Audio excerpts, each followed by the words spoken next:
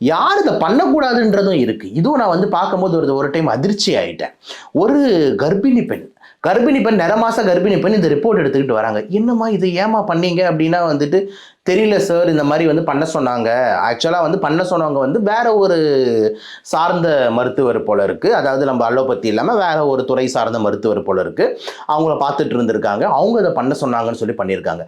ரொம்ப இம்பார்ட்டன்ட்டா இந்த டெஸ்ட் கர்ப்பிணி பெண்கள், நிறைமாச கர்ப்பிணி பெண்கள்லாம் தயவு செஞ்சு பண்ணக்கூடாதுங்க. ரொம்ப இம்பார்ட்டன்ட் 1.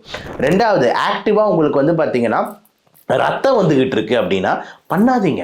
3வது உங்களது கிருமி கேஸ்னா இன்ஃபெக்ஷன் ஜுரம் அடிக்குது, சளி எல்லோ கலர்ல வருது, உங்களுக்கு டிபி இருக்கு, ஹெச்ஐவி இருக்கு. இந்த மாதிரி தான் அவங்களுக்கு அந்த டெஸ்ட் நம்ம பண்ண வேண்டிய அவசியமே கிடையாது. அப்ப முக்கியமா நீங்கலாம் அந்த டெஸ்ட்ட பண்ணவே பண்ணாதீங்க. கிருமி கேஸ் அதே மாதிரி வந்து உங்களோட நிறை மாச கர்ப்பிணியா இருக்கீங்க, இரும்பி ரத்தம் வந்துகிட்டு இருக்கு. நீங்கலாம் இந்த டெஸ்ட் பண்ணணும் அப்படின்னு சொல்லிட்டு நுரையீரல் டாக்டர் அட்வைஸ் சத்தியமா பண்ண மாட்டாரு. அப்படி யாராவது அட்வைஸ் பண்ணாங்கன்னா அவங்க கண்டிப்பா நுரையீரல் டாக்டரா இருக்க வாய்ப்பே கிடையாது. வேற யாராவது இருப்பாங்க. இல்லைன்னா இந்த டெஸ்ட்டை பத்தி முழுசா தெரியாம உங்ககிட்ட சொல்லியிருப்பாங்கன்றத நீங்க புரிஞ்சுக்கணும்.